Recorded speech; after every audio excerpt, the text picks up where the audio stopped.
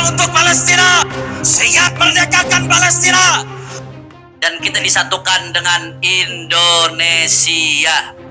Dan alhamdulillah pada pagi hari ini hadir di tengah-tengah kita banyak sekali tokoh-tokoh nasional ini Kiai.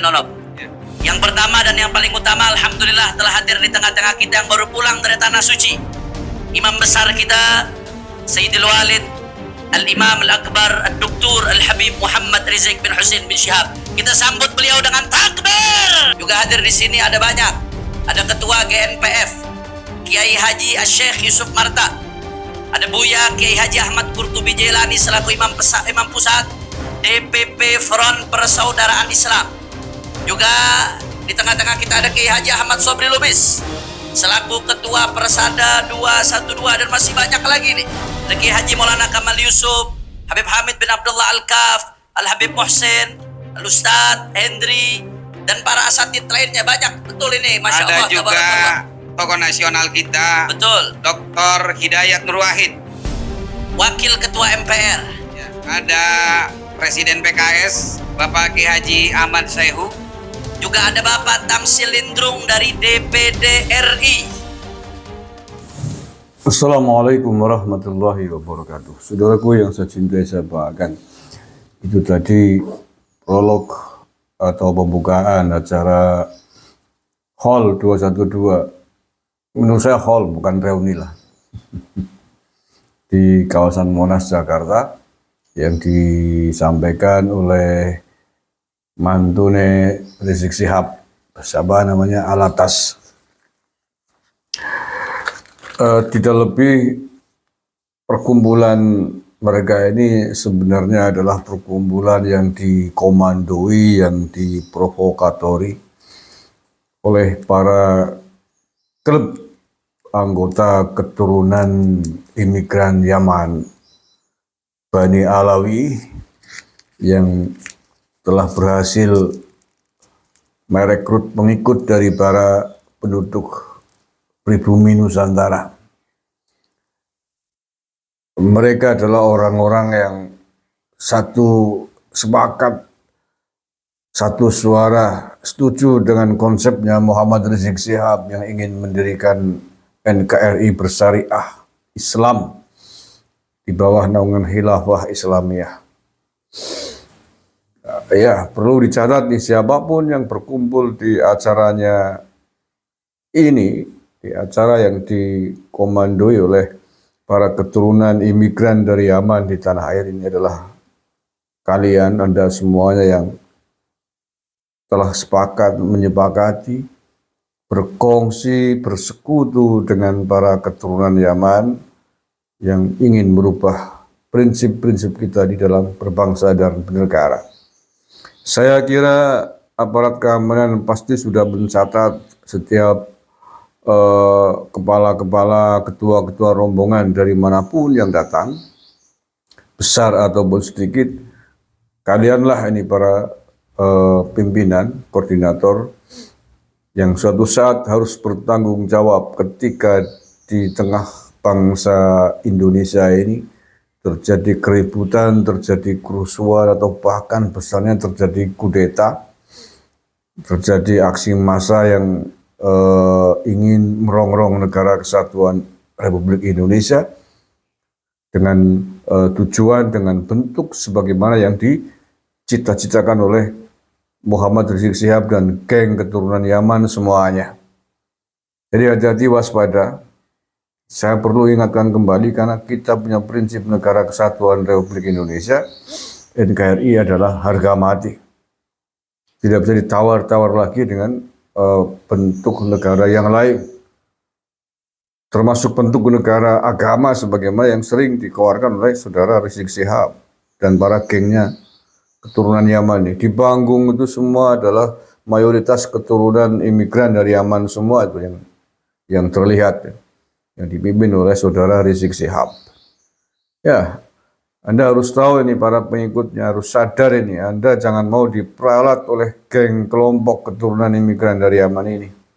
Anda pribumi Nusantara, anak-anak Nusantara, mau-maunya diperalat, diprovokasi oleh kelompok keturunan pengungsi dari Yaman ini. Apakah Anda tidak lebih mencintai bumi pertiwi ini?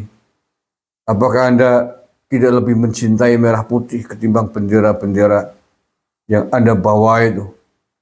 Ya, kita tentu ikut berbelasungkawa, kita mendoakan Palestina agar terbebas dari Zionisme Israel. Tapi ketika kita melihat di acara yang kalian gelar ini dipenuhi bendera Palestina tanpa ada bendera merah putih, saya miris sebenarnya. Bagaimanapun kita adalah warga negara Indonesia yang harus memandang jauh lebih penting keberadaan bendera merah putih daripada bendera bangsa asing manapun. Anda katanya disatukan oleh Indonesia. Itu cangkemnya, ini Pak Latas tadi ngomong begitu. Katanya disatukan Indonesia, tapi mengapa di panggung Anda, di kanan kirinya tidak ada bendera merah putih berkibar sebagai lambang kebesaran negara kesatuan Republik Indonesia, yang ada bendera-bendera bangsa asing. Anda antara perkataan dan kenyataan tidak sinkron. Ya, karena saya tahu kalian bukan keturunan warga negara Indonesia. Kalian sedang mencita-citakan bentuk negara yang berbeda dari hari ini yang kita pakai, hari ini yang kita selenggarakan, yang kita yakini. Dan mengapa kalian menginginkan itu? Karena Anda bukan putra asli Nusantara, saya tahu. Dan yang goblok-goblok yang mengikuti itu tidak sadar Anda sedang diperalat oleh keturunan bangsa asing di Indonesia yang senantiasa bikin gaduh di Nusantara ini. Dilombonin berkah, dirayu, ditipu dengan katanya keturunan Nabi. Loh, ternyata mereka bukan keturunan Nabi kok. DNA haplogrupnya apa mereka? G sudah ketahuan. Itu bukan haplogrup keturunannya Rasulullah SAW. Itu haplogrup yang sama dengan bangsa Yahudi yang menguasai Palestina. Jadi jangan mau dibodoh-bodohin kalian semua ya. Ini saudara-saudaraku yang masih menjadi muhibin keturunan imigran dari Yaman di Indonesia ini. Sudah nunut di Indonesia, numpang di Indonesia, beranak pinak di Indonesia, tetapi justru yang dilakukan hari ini mengancam eksistensi negara kesatuan Republik Indonesia dengan ingin mendirikan NKRI bersyariah, ingin berkhilafah hariyah. Maksudnya apa kalian? Anda tidak bersyukur di Indonesia. Kalau kalian, wahai para keturunan Yaman, ingin khilafah, ya pulang balik ke tanah Yaman sana. Atau ke negara bagian Arab yang lain. Anda terus-terusan ingin mengobarkan NKRI bersyariah. Jadi calon wakil gubernur PKS Suswono itu. Sakit saya ketika Anda melakukan kesepakatan dengan Rizik Syihab, CS, FPI CS, kalau terpilih siap mewujudkan Jakarta dengan peraturan syariat Islam apa-apa. Jakarta milikmu apa? Kamu fakta integritaskan, kamu bikin kesepakatan dengan kelompok keturunan dari Yaman ini. Emang Jakarta milikmu apa gimana? Kalau terpilih menjadi gubernur, wakil gubernur, siap ingin mewujudkan syariat Islam di Jakarta, kurang ajar sampean. Apapun partaimu nggak urusan. Kalau sudah menyangkut eksistensi NKRI bangsa dan negara, kita babat habis. Enak saja bang, negaramu mbahmu apa? Kamu dengan enaknya tanda tangan kesepakatan fakta integritas. Kalau jadi gubernur akan mengatur negara Jakarta ini dengan syariat Islam.